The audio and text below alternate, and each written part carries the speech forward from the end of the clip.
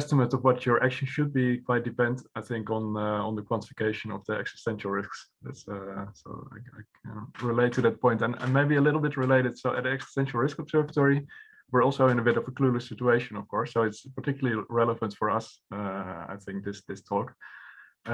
Some think, for example, that we shouldn't communicate existential risks to a general audience, but only to experts.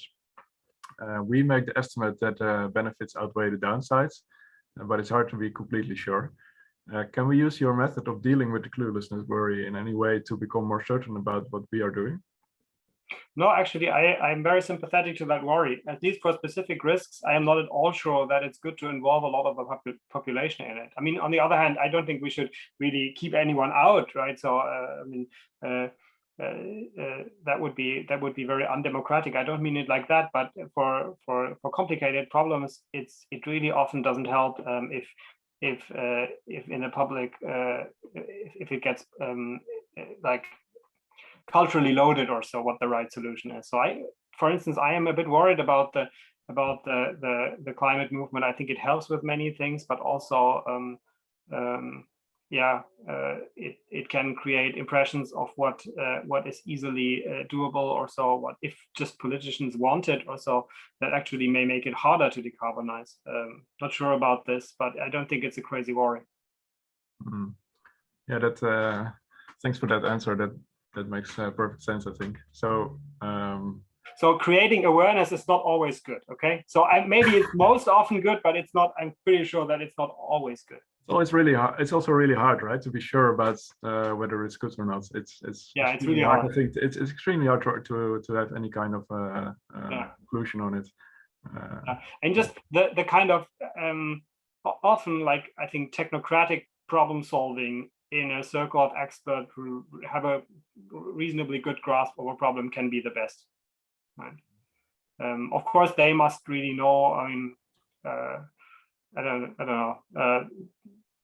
Yeah, they must not be driven by other things too much, right? Than that are not in the common interest. But then my personal feel, if I may go to that direction, is a bit that it really depends on the amount of risk you think is present now.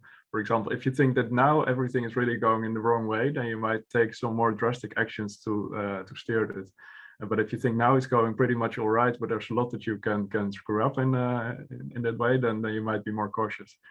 So I guess the actions really depends on the what you think are the realistic numbers as well. Yeah, or I mean, it's always becomes more complicated if many actors are involved, and the general public might not really understand that. Yeah, for instance, in the late Cold War, I think the German Chancellor Schmidt, for instance, agreed to having lots of